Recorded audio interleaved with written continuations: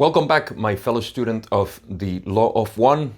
This is another video explaining concepts within this philosophy. And today we're going to talk about the social memory complex. Before I start, as always, I want to mention that these concepts are a lot more fascinating and complex, but I just want to give a little overview for a basic understanding of what we're talking about when we refer to social memory complex, in this case, within the raw material. Now, if you want to know more, of course, I happen to have a long list of videos based on the raw material, which is actually ongoing at this point of recording. So if you want to check that out, I'll always leave any videos that are relevant to this topic up here so you can actually go check it out and expand a little bit more these concepts, because they do make more sense within the raw material or the narrative that we get from the Law of One. Now, that being said, we can start right away with the social memory complex. And we have to start with the first point, which is the mind-body-spirit complex. It's another complex that, just like distortion, I think complex is the second word that Ra uses a lot and loves that word, because there is all kinds of complexes. We have the mind complex and we have the logo complex. I just made that up, but in any case, there's a lot. So the mind-body-spirit complex, for short, is a human. In this case, it's actually a lot more, but for this context, let's just say is the human, a person, an entity. And it makes more sense as to why it is a mind-body-spirit complex and not something else. But I'll probably make another video of mind-body-spirit complex. I don't have it on my list, but we'll see. Maybe if you want it, leave me a comment and I'll make a video explaining a little bit more why mind-body-spirit complex, and why is complex too. That's another key thing. In any case, for now and for our purposes, this is just going to be a person, an entity. Now, when a lot of people like us, say in the case of planet Earth, when a lot of people in their process of evolution and their spiritual seeking, they become of one orientation of seeking, then the social memory complex starts to form. Now, what does that mean? Ra says one orientation of seeking. Well, one orientation means that there are two. There is the positive and the negative side. The positive is unity and the negative is separation. So when enough people decide for one orientation and they get together and they live together and they sort of live this philosophy of unity, then the social memory complex starts forming from the mind-body-spirit complexes that form this bigger complex. So seeking just means, like I said, the direction of what you want to learn. Do you want to continue to feel separated and potentiate that, energize your separation from the cosmos?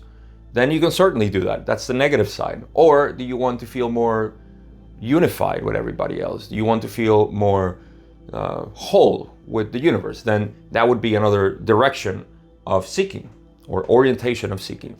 So these are the beginnings of the social memory complex. People who want to find their evolution in one direction. Okay. Now, when this starts to happen, this is the preliminary steps, then group memory becomes available. That's another thing that Ra says that starts to form and happen within the social memory complex. And that's why it becomes memory, social memory complex. Social just means mind-body-spirit complexes all together, all people. One orientation of seeking is already forming that sort of inherent quality that we're going to use to evolve in the universe, to advance, to expand our consciousness. So the social formation goes through this process, and then group memory becomes available. Now, one of the things that Ra says is that from the roots of the mind, and this is another concept that maybe it'll make more sense if I explain it in another video, but for now, all you need to understand is that your mind has roots all the way to infinity. And now we have a very limited mind here, or perception, because we are through the veil. And that's another thing that I'll explain a little bit here. But all that it means is that we're only accessing a little bit of our mind. And our memory, for example, everything that we have, our subconscious and our unconscious actually, goes deeper and deeper until we get to the planetary mind and the logoic mind, the cosmic mind. So all of this starts to become more available to the social memory complex, but beginning with the group memory. And that means that, in essence, in practice, what it really means is that your memory and my memory will become available to all of us, because we have one orientation of seeking, so we come like one. If this sounds too weird and too abstract, just think that you as an individual have a mind, and that mind seems to be in conflict at times. There seems to be different personalities that are working within you. When you begin to calm your mind and you begin to become more whole, and that's what the word holy means. It's from being whole, complete. Yoga means union. It's the same thing. It's being whole, one with the divine. In this case, when you find holy people, true holy people, not just titles of holy people, but true holy people, you see that they have no conflicts in their mind, and they are unified in their ways of seeing the world. So they have one direction and no cognitive dissonance, no polar opposites in their minds. So the same thing starts to happen here, and their thoughts, just like an individual, a holy person, their thoughts are simply continuous with one another. It's thought after thought after thought. In the same way, we become sort of thoughts in the social memory complex. We contribute our own experience and everything. So we start sharing this, and this memory that was lost to us in the unconscious, as Ra says, lost to us as individuals in third density, starts to become available more and more. Now, the last thing that I'll say before I get into explaining this a little bit more is that its purpose is evolution. That's it. The only purpose of a social memory complex, as everything else, is evolution. And the evolution, I'll explain in a little bit here. So that is how a social memory complex forms, and it has to do with the direction of everybody seeking. And on planet Earth, we're not seeing that right now because we're going through a process of global catalyst for us to decide where we want to go. This is the process of what we call the new age, or the new era, the golden age, whatever you want to call it. It's simply a shift, a quantum leap, some people call it too, in consciousness. And so we are now resolving all of our issues, and we're coming together or separate. There's some people that will want to go separate, and that's fine. Now, I'll go into this part. The densities of consciousness is what this represents. These are not chakras. So these are the densities of consciousness. And I'm only putting it here because this is the process of evolution. And again, the social memory complex wants to evolve. Now, I'm not going to go through the whole ladder, but the important part comes here, because red in this description, or at least in this depiction, means matter. It is everything that is form of matter, basic elements. Then we have animal life, plant life, and so on. And finally, we get to human beings. Human beings is the third density where we are.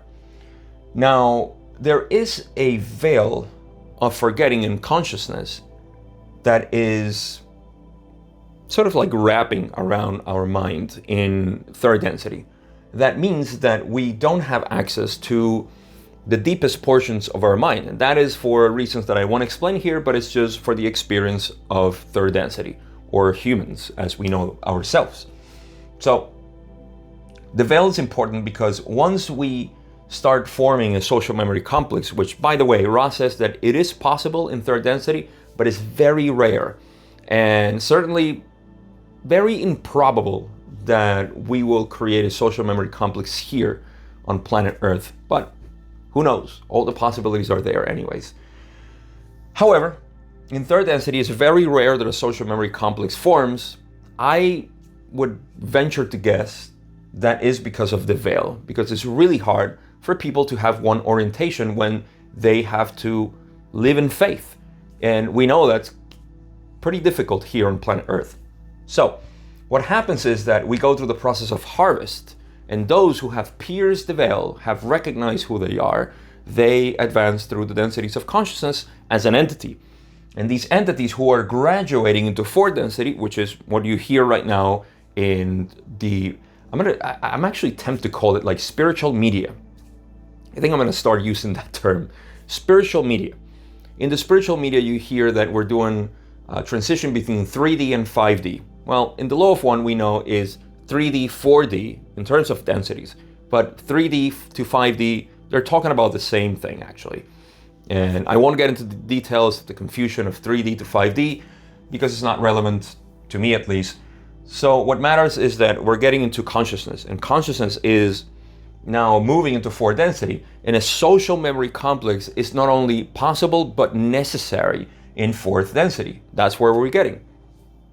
Why? Because the direction now of the work that is done in fourth density requires a cohesion of all the entities that actually merge together in this new density of reality.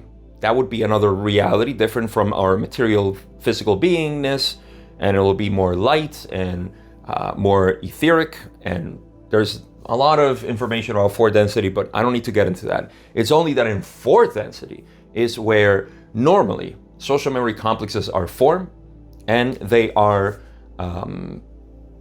necessary. They're indispensable. So just to cover a couple of points, a social memory complex that is positive will seek more unity and provide service to others, whereas a social memory complex that is negative will be still a sort of, I like to call them a corporation, because they work in a hierarchical manner.